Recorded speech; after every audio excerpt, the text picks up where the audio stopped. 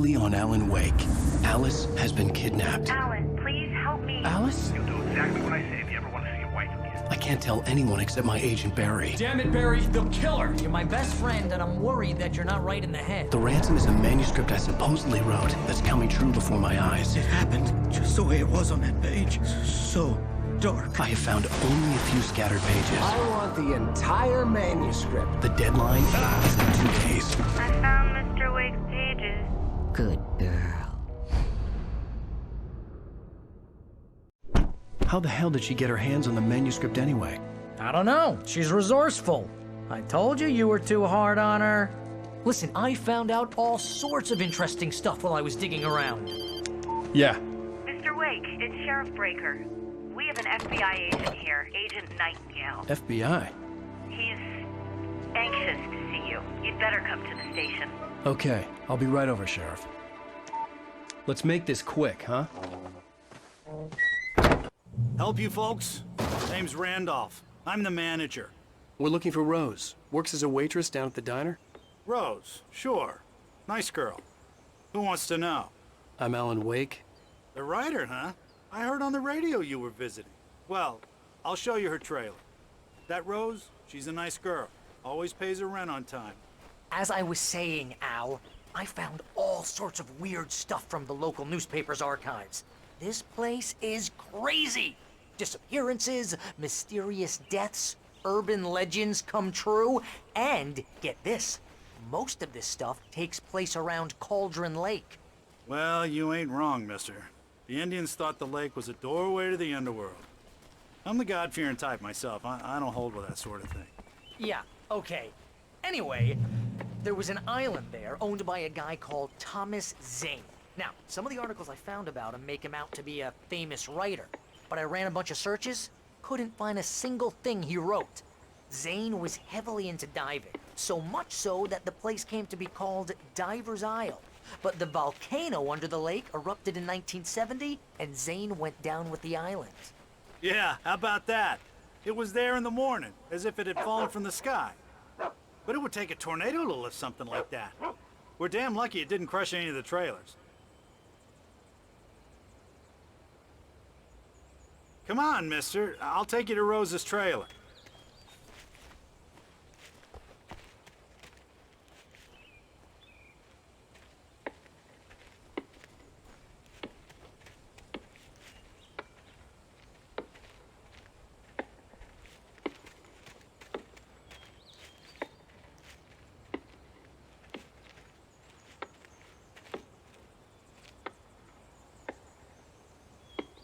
It gets better. A local girl, Barbara Jagger, drowned in Cauldron Lake just a week earlier. They were lovers. Sure, Jagger's a local spook story. The Scratching Hag comes for you in the dark. Childish stuff like that. Anyway, Al, I'm just getting to the best part. All of the articles about this stuff were written by Cynthia Weaver. I asked around, and she's that crazy bag lady you met. What, the lamp lady? She can be a little loopy, but she's not homeless or anything. Yeah, anyway, she knew both Jagger and Zane before they both died, and she had some kind of a breakdown.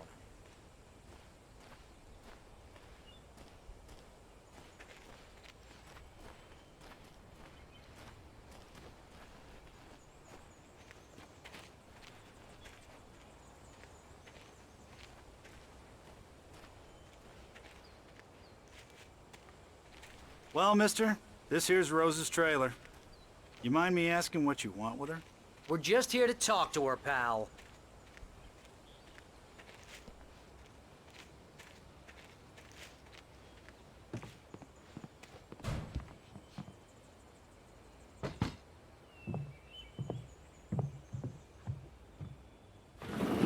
Welcome to... Oh dear, Mr. Wake. I'm so glad you're here. Rose, you have my manuscript? Oh. Oh, yes. Yes. Please, come in. Hey, this is really good. Rose, Yes, my manuscript. I really need it. I understand. I know what you need. A muse to inspire you. Oh, for Barry, she doesn't have anything. Yeah, hey, Al? Al, what's... Oh... Barry! What? What?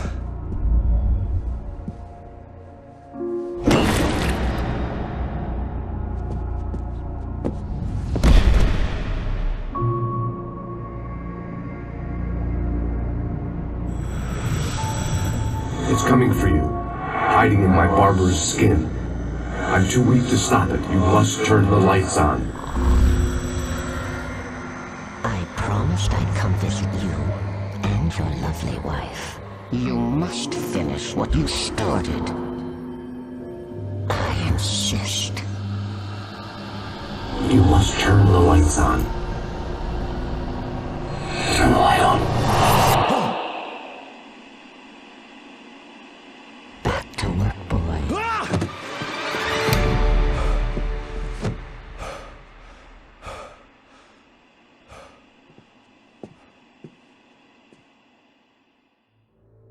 I felt nauseous, hungover. Only anger kept me going. I can't tell reality from dream anymore, but it seems I have an imaginary editor to help me. She's an old woman in a funeral dress. I call her Barbara Jagger. She's very strict. I'm writing faster and faster. My manuscript is being heavily revised. The edits are getting very aggressive, and each day there's less of me and more of her. I hate it, but I know she's right. She promises me I can save Alice this way. She knows more of this than I do. About the complex incantation I'm attempting. About this place. She's worked with another writer under similar circumstances, Thomas Zane. The genre of the story seems to be shifting. It's turning into a horror story. I'm getting close. I can feel it.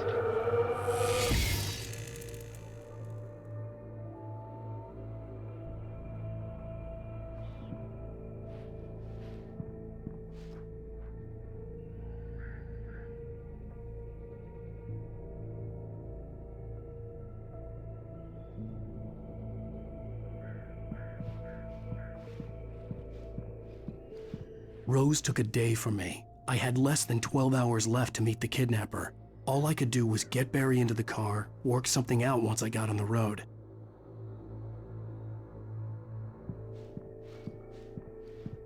Welcome to the Oh Dear Diner. What can I get you today? Coffee? I couldn't work up much hate for Rose. Something had used her to get to me and left its mark.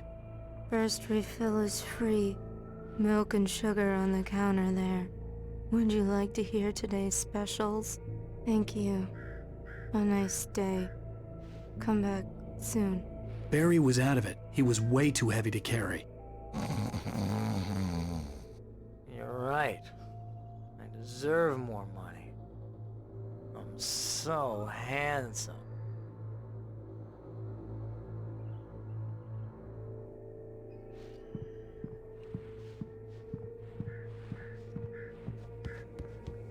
My gun and flashlight were gone.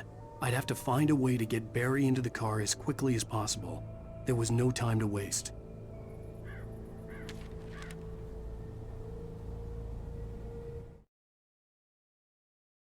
Mr. Randolph liked Rose. That little smile she had. How she was still sweet when life had tried so hard to make her bitter. It wasn't any of his business what she did in her trailer. But those strangers, the writer and his smart-ass sidekick, looked like trouble. And they'd been in there for hours, way past her normal bedtime. He reached for the phone and called the sheriff's station.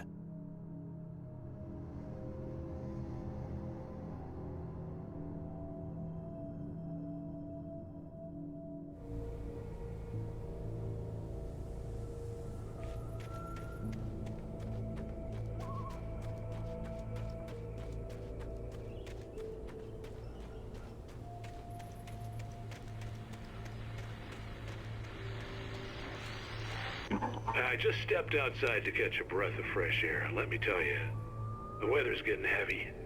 Nights like this make me especially glad I'm here talking to you and not home in bed. Once the weather takes a turn like this, I can't sleep at all. It's all tangled bed sheets and dark thoughts, punctuated by the occasional plunge into nightmare. Is it just me? Well, perhaps it is. But I hope I can make the night a little bit easier to get through. Caller, you're on KBF FM. Hey, Pat, it's Walt Snyder. What's on your mind, Walt? Well, I ain't the way you are, but, well, I can't sleep either, you know? I just been staring out the window here, trying to make sense of it all, but, I ain't been drinking either, you know, I just... Well, you sound like a man with a problem, Walt. I had argument with Danny, and, then I got in trouble with the law, and, I'm just, well... I heard something like that, Walt. Yeah, well, Danny's my best friend, and, they let me out on bail today, and now I'm just alone here at the window, waiting. Man, and there's something in the air tonight, man. I was just outside looking up at the sky above our broadcast tower thinking the same thing.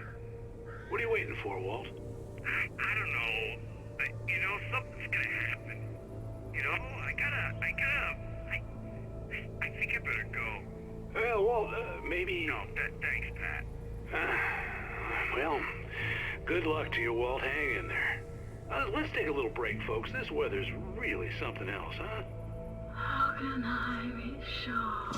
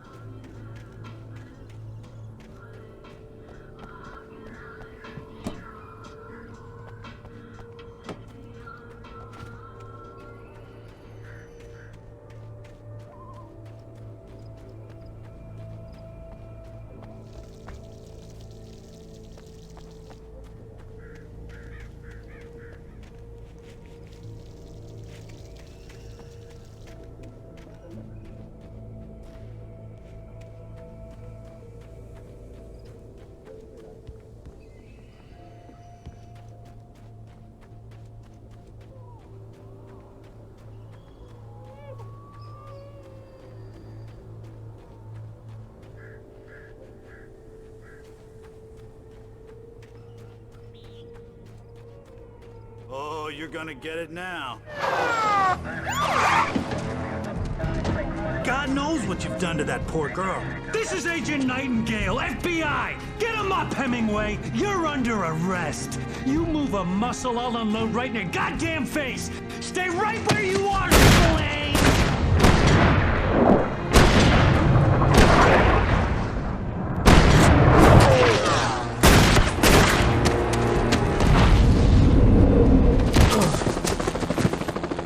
What are? I'm standing right here, you goddamn maniac!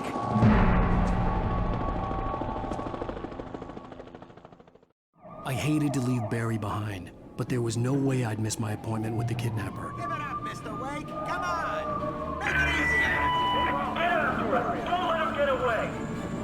Move it! Move it! Move it! I'll have you shot if you let him get away!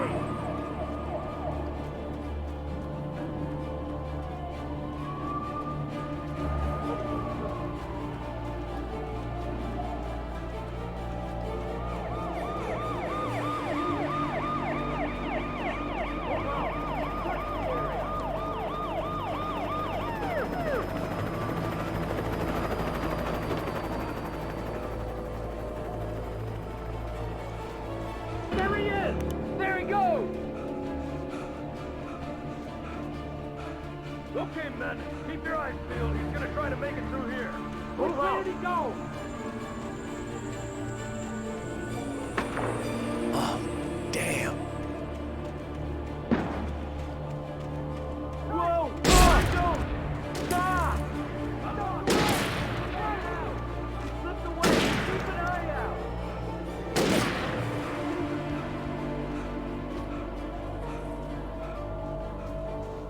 God damn it! Where did he go? He slipped away! Keep an eye out!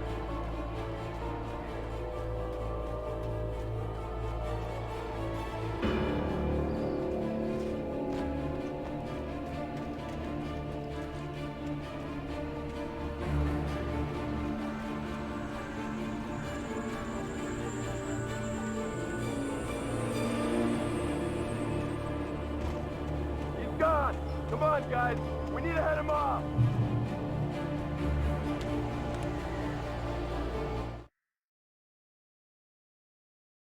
For decades, the darkness that wore Barbara Jagger's skin slept fitfully in the dark place that was its home and prison. It was hungry and in pain. It dreamed of its nights of glory when the poet's writing had called it from the depths and given it a brief, terrible taste of power and freedom.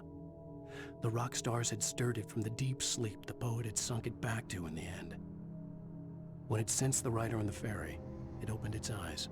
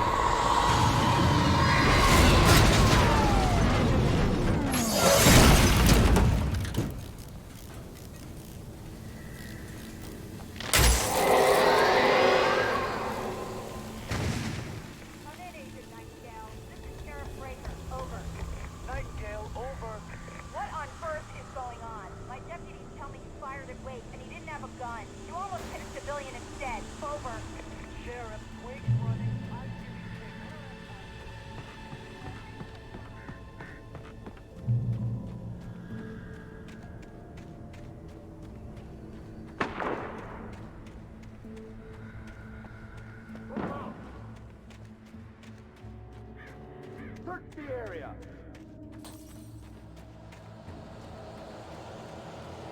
Stay sharp. This way. Over here.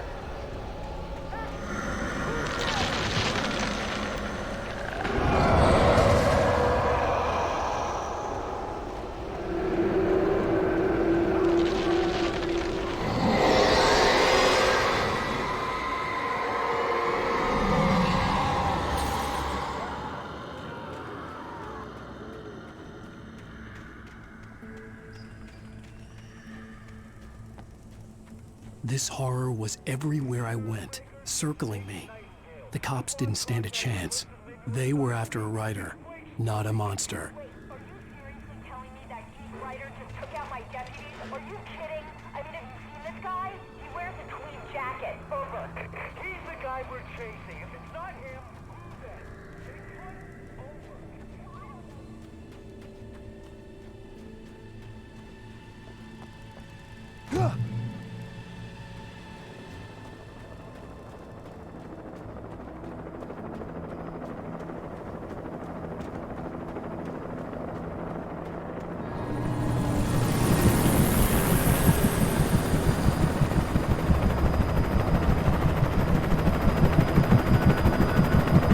You on the ground. Hold it right there. There's nowhere to run.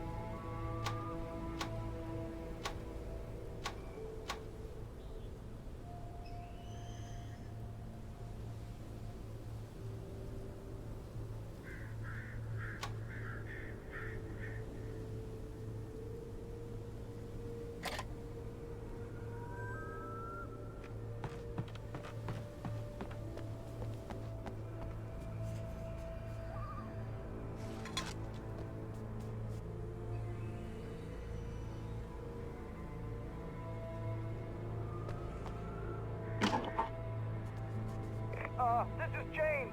Mulligan, Thornton, come in. Over. Thornton here.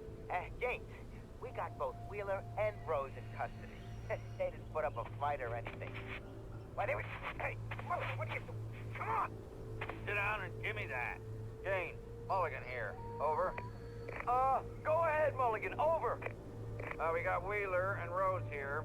Wheeler's drunk or hopped up on something.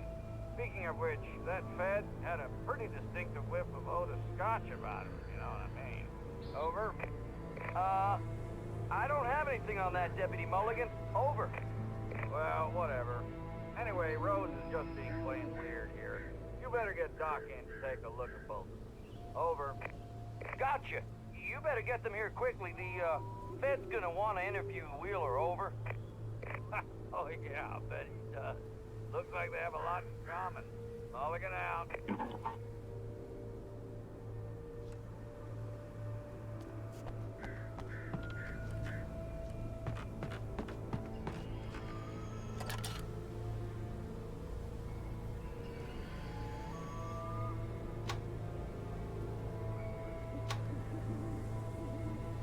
I could see the lights at the radio station in the distance.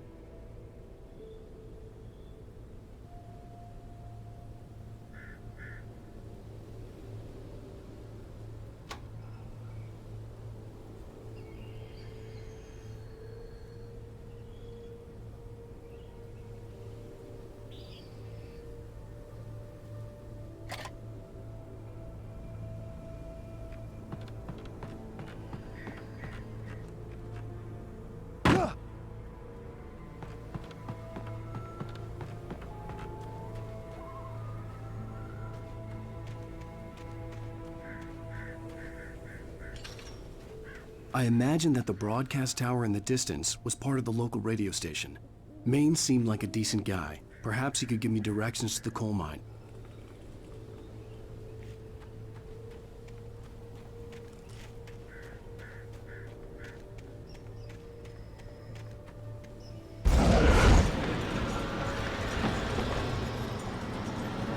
Unnatural shadows clung to the gate. The darkness that was after me was trying to stop me. I wouldn't get through without a light.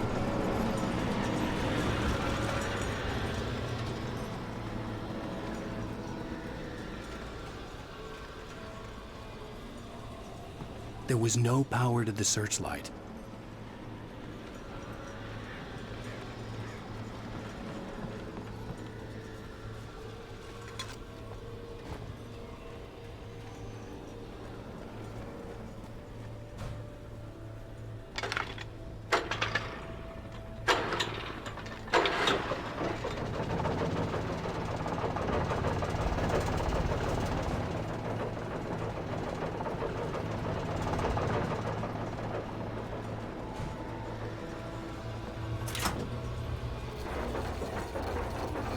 The old generator conked out. I'd have to see if I could fix it and try again.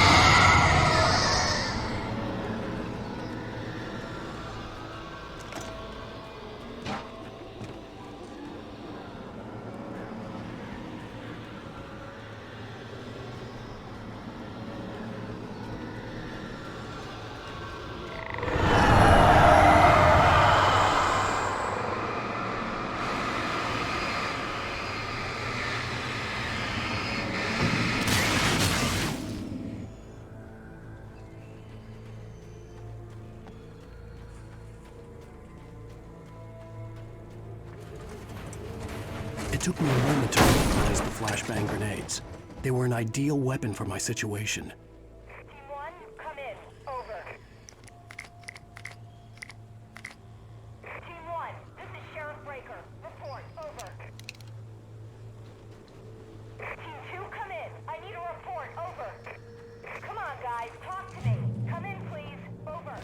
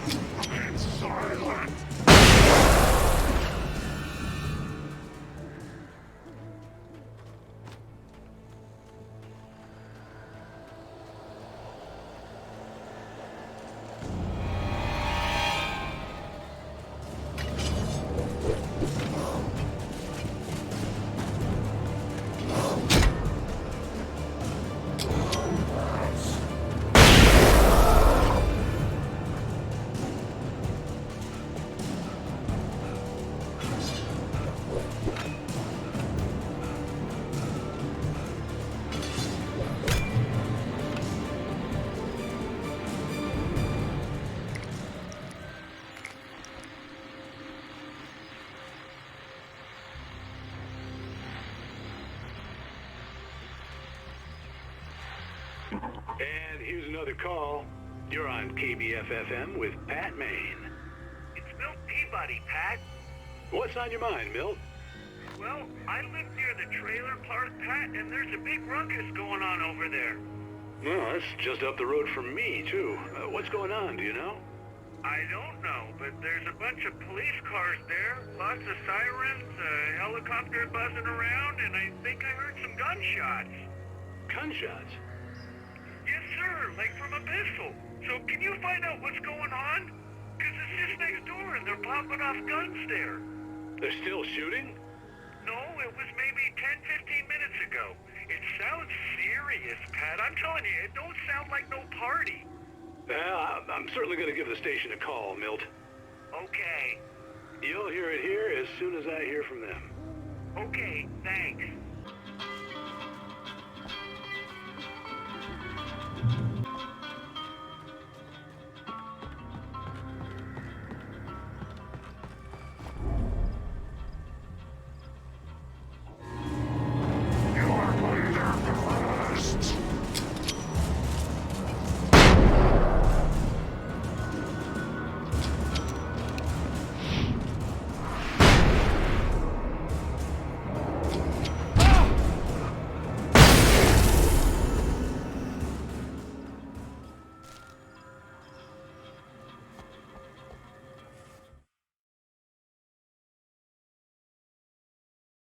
Touched by the dark presence, Rose was lost in a dreamland where everything was drawn in black and gray crayons.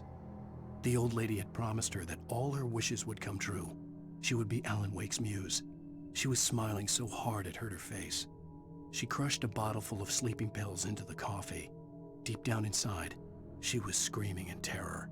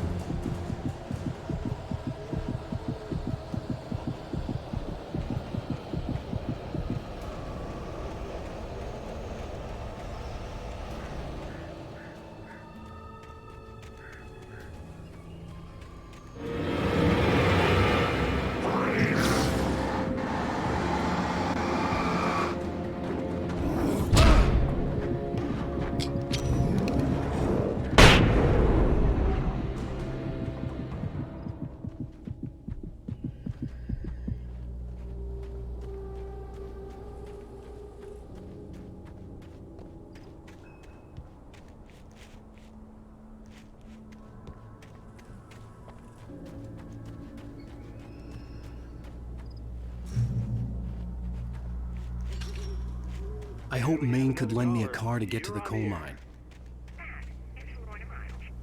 Oh, why, hello, Lorna. What do you have for us? Well, I just noticed Squire's got bothered with the trailer park. What do you mean? It's a trailer park. Of course you're going to have trouble in a place like that. I mean, what do you expect? The sheriff should be helping us normal citizens instead of wasting resources on those people. Well... Let the try to sort themselves out. I'm sorry, but my granddaddy settled in Bright Falls in 1911. Well, thank you very much for that, compassionate viewpoint, Lorna.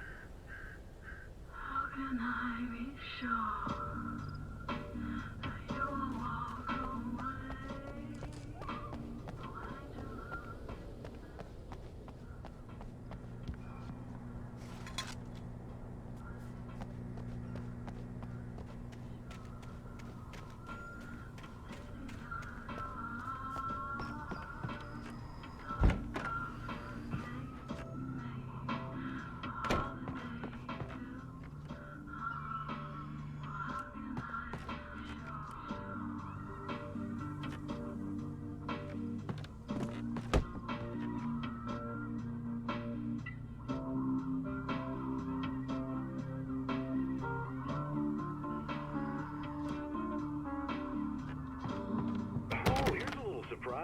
The famous writer Alan Wake just walked in. Folks, I'm going to see if I can talk him into an interview. Come on in, Mr. Wake. Oh, I'm so glad you could find the time to do this, Mr. Wake.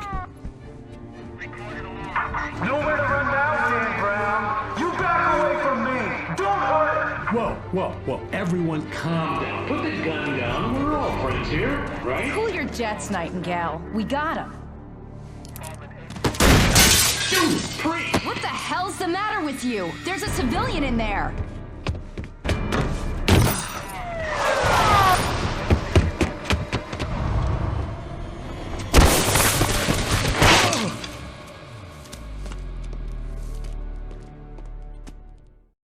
I'll get you yet, even if it kills me. You hear me? You hear me, H.P. Lovecraft? I had fallen off so many cliffs it was ridiculous. That's what you get for naming a book The Sudden Stop. It was probably good I hadn't had the chance to tell Maine where I was going. I'd have to lose the cops and find my own way to the mine.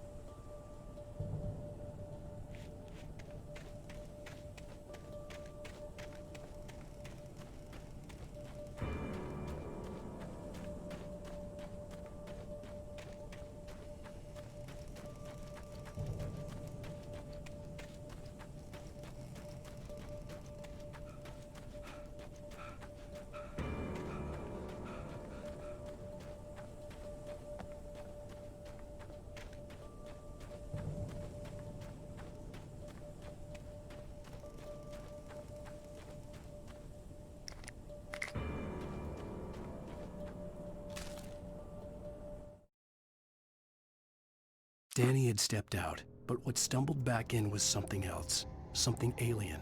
A monster. Walter tried to kill it, first with his fists, then a chair. It wouldn't die. Instead, it kept coming, unaffected by the beating it had taken. After Walter managed to kick it down the cellar stairs, fear took over. He ran, got behind the wheel, gunned the engine. The booze wouldn't make him forget, but he knew he had to try.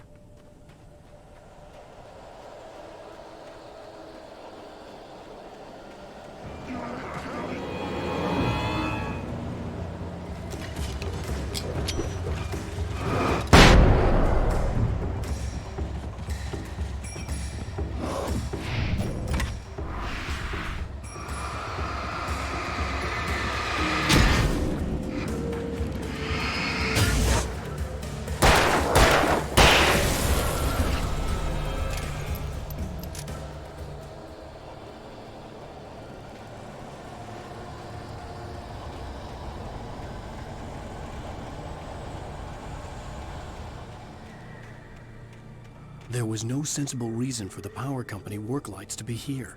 It was almost as if they'd been left for someone like me to use.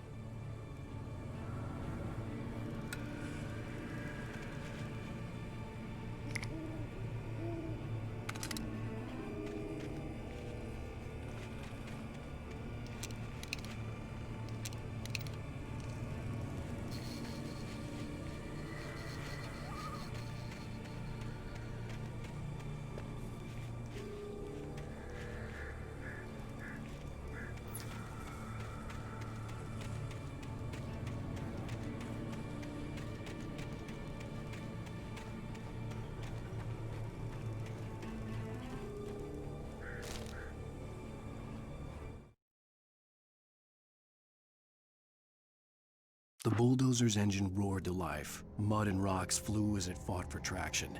It crashed through the concrete wall and landed heavily in the yard. If it were an animal, it would have shaken its head after the impact, fixed its eyes on me, and charged. Of course, it had no head, nor eyes. Shadows crawled on its form, twisting it into a monster. Then, it came for me.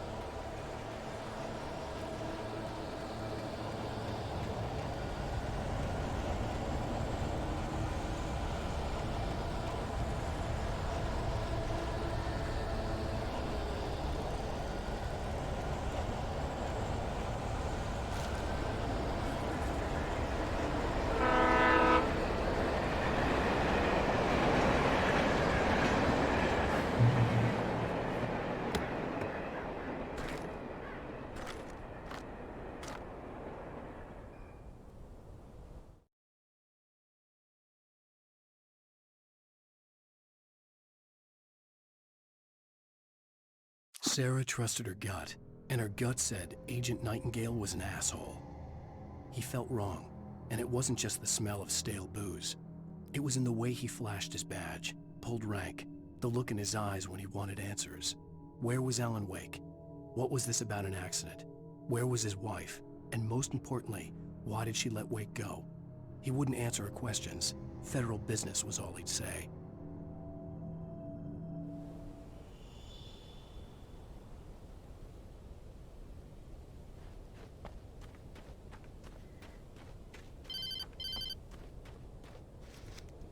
Hello? The most stubborn man I've ever met. Alice? Alice? Alan, I'm so afraid. He keeps me in the dark. Please help me. I look at you, Alan, and it's not you. Something else. Looking out from behind your eyes. Alice, I'm here. I'm so alone here. It's all gonna go to hell. You need to be careful. Cooperate. The connection had been terrible, but that wasn't the only thing that hadn't been right with the call. She sounded wrong somehow, but she had called me.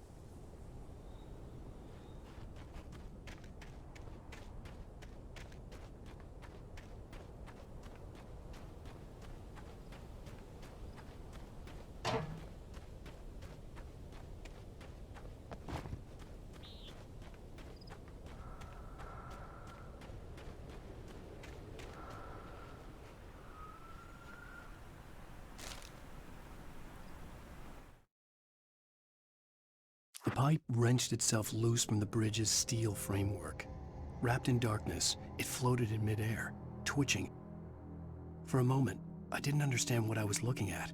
The heavy object lurched at me with impossible force. I threw myself out of the way, but just barely. When I turned my flashlight on it, it shook in a dark rage before it flew at me again.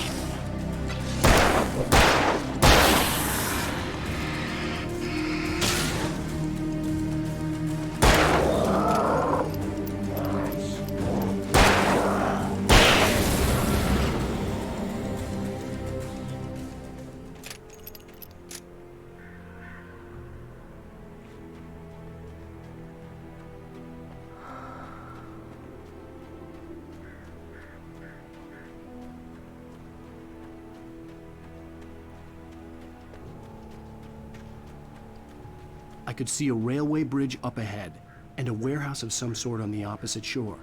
I hoped I could find a car from there.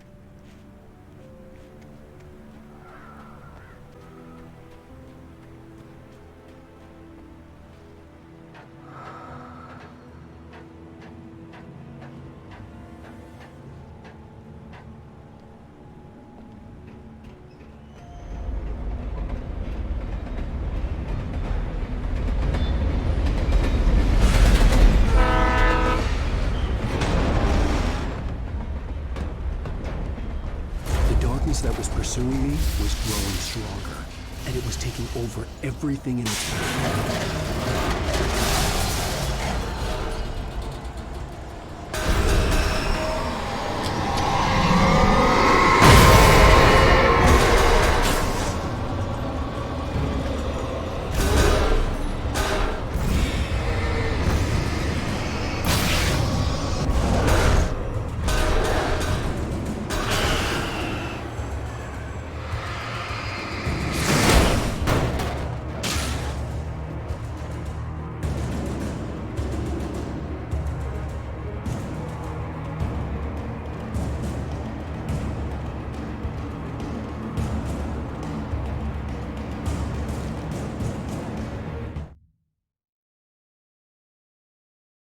I slammed the door shut right in his smug face. He pleaded for me to open the door. True to form, the asshole actually thought I would obey. I had no sympathy left, no guilt either, not for him. I took a moment to savor the scream. I bet I had a smile on my face. It was all that I had time for. The dark presence was inside the lodge with me.